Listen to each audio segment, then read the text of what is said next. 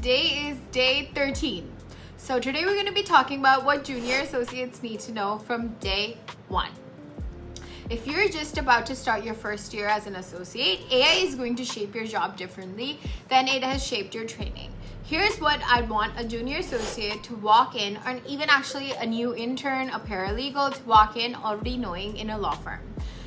First of all, your firm's rules come first. Before you use any AI tool on real client work, know your firm's specific policies, which tools are approved, what can and can't be pasted into them, and whether disclosure is required for any filings for usage of AI.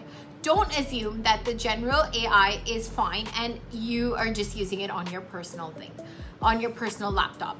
Everything is absorbed online and can be found later. Second, AI doesn't lower the bar on verification. As a junior, your work is already getting reviewed very closely. That doesn't change because if AI helped you draft anything, you should be double checking. AI assisted work harder than fully manual work because as confident as it can sound, AI output can sometimes be passed, like it can sometimes be wrong, it can sometimes be hallucinated, and that might get you into trouble. Number 3, don't let AI skip the learning. Now, I find this the most important.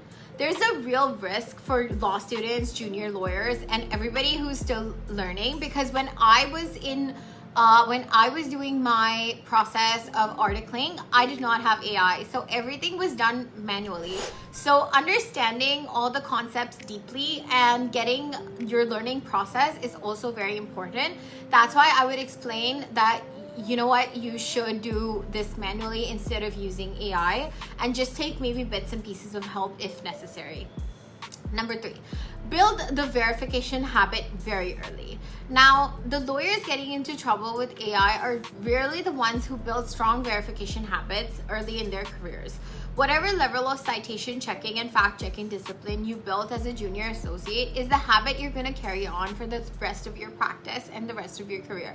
Build it now. While the stakes on any individual file are even lower, you still need to build it so that it becomes a habit for you. Like I said, your learning should not be harmed.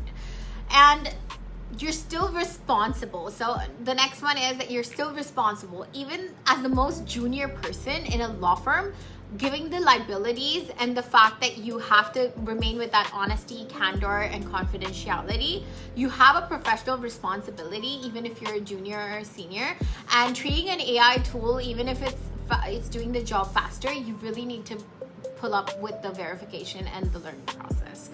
I think using AI it's about a mindset. It will serve you. What you're doing now will serve you for the next 30 years.